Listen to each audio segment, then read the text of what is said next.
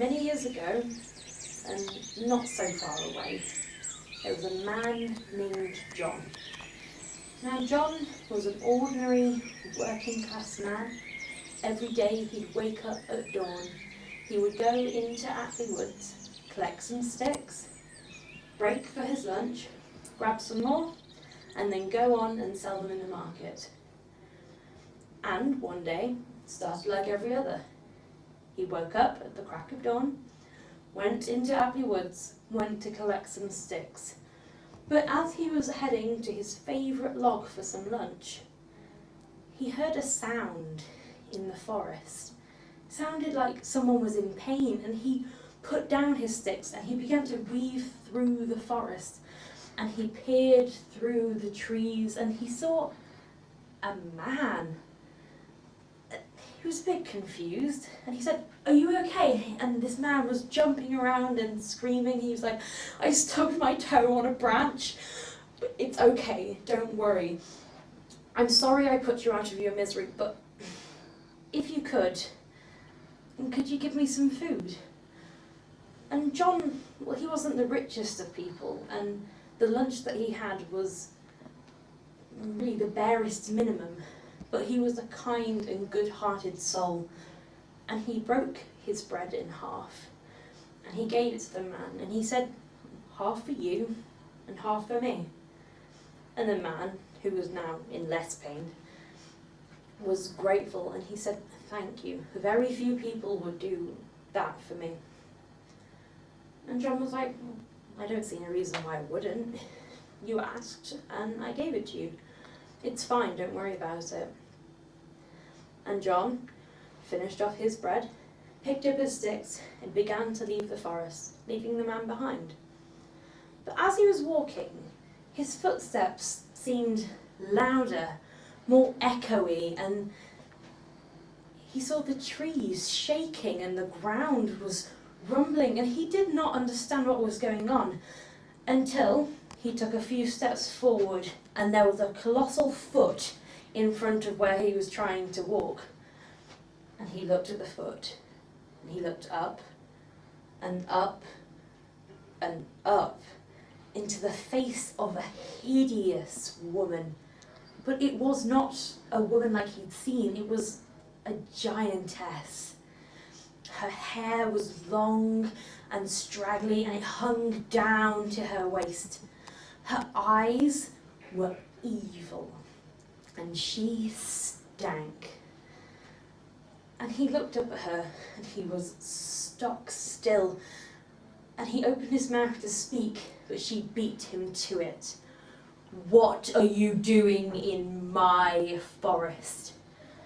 And John broke out of his stupor. He said, "It's not your forest, it's everybody's forest. I've been collecting sticks here for years. I sell them in the market, don't worry about it." She boomed down at him, "No, it's my forest. You are not allowed to collect sticks here." And John, who had been doing this for easily a couple of decades, was not in any mood to have it taken away from him, and so he said, "Politely, I must say no, that you are wrong. I have been here for as long as I can remember. You have never been here before." And the woman, she began to laugh at him, and she said, "Fine, if you think you belong here, then I will challenge you to a game of hide and find." And John, well, he was a bit disbelieving, but he said, "Okay, what happens if you win?" And this giantess laughed once more, and she said, "Well, when I win, not only do I get to keep my forest, but I will eat you." And John, well, that's all very well and good, but what if I win?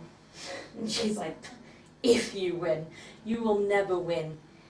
If you do, this forest is yours, and you can have all of my giant's gold." And John thought, well, that's a pretty decent bargain. He's got an all right life anyway. Why not? "Deal," he said. I mean, really, he didn't have an awful lot to lose. And so the giantess shut her eyes and began to count from 100 down to 1. And the minute her eyes shut, John realised what he'd done and the situation he'd got himself into, and he began to cry. He did not know where to go or what to do, and he could hear the giantess's numbers going slowly closer to the one where he knew he was going to lose. And then there was a pop just in the corner of his ear, and he looked around and it was the man. Where did you come from? I've been here all the time, don't worry about me. But follow me. And the old man led John towards the biggest tree in the forest. And they stood by it. And then the man began to move his hands, and the tree parted and hollowed itself out until there was a space just big enough for John to hide in. And John clambered in. He looked at the man as he closed it up once more, and it looked as if no one had ever touched it. And just as the knots closed themselves together, the giantess reached 1. She opened her eyes and she began to smell the air. She sniffed around the forest until she stood in front of the tree. And she picked up her axe that she always had with her, as all giants had. And with one mighty swing, she chopped down the tree just shy of where John's head was. And she said, 2 goes left, and began to count once more. And John clambered out of the tree, slightly more hysterical this time, and there was a pop once more, and he looked around, and there was the man again. And he said, come with me. And he ran towards a lake, and at the side of the lake were long reeds in the wind. And the man looked at John and said, trust me, it's going to be all right. And then he shrunk him down to the size, maybe a bit more, even smaller perhaps. And he was put inside of a reed and hidden amongst all the rest of them. And the man disappeared once more, just as the giant opened her eyes once again. She began to sniff the air, and she followed her nose to the side of the lake, where she saw the gathering of reeds, and she got her axe once again. And with a mighty blow, she chopped it down, this time cutting just a line off of John's hair, and he knew that he may not win this. And she looked at him, and she said, 1 go left, as she shut her eyes and began to count once more. And John clambered out of the reed and sat on the riverbank, looking dejected and forlorn, and then there was a pop again. And John begged the old man. He did not understand. How am I going to win this? There is no way, she always finds me. And the man said, no, she won't. Just trust me. And the man, all of a sudden, just threw his hand into the lake and pulled out a fish. But with his magic hands, he cut the bottom of the fish, put Tiny John inside, and sealed it back up and let the fish go, and it began to swim through the lake, right towards the other side, far away from the giantess's grasp. And it was about halfway through the lake when the giantess opened her eyes once again, and she could not smell him, and she knew that he must have gone into the lake. And she ran towards the jetty, where a small boat she had was tied up to the side. She clambered in and began to paddle, not with oars like many people did, but with her hands, great sweeping motions. And she got to the middle of the lake, and she was looking around. She could not understand where he had gone. And she stood up to look and get a better idea of where he might have gone, until the man appeared in her vision.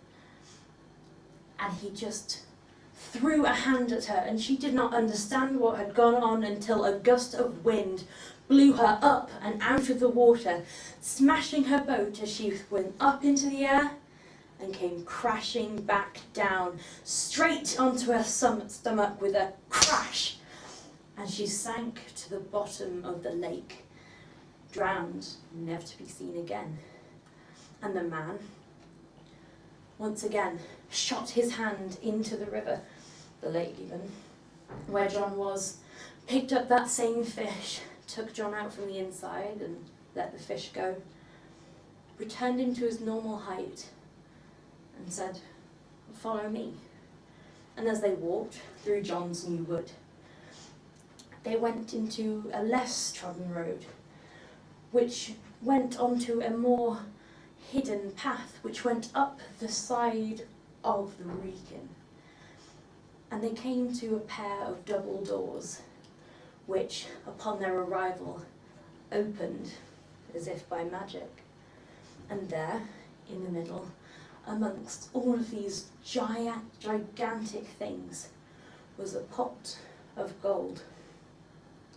And the man, he spooned some into a pouch of his own, and he held on to it, but he pointed at John, and he said, "Half for you and half for me, because good people deserve rewards."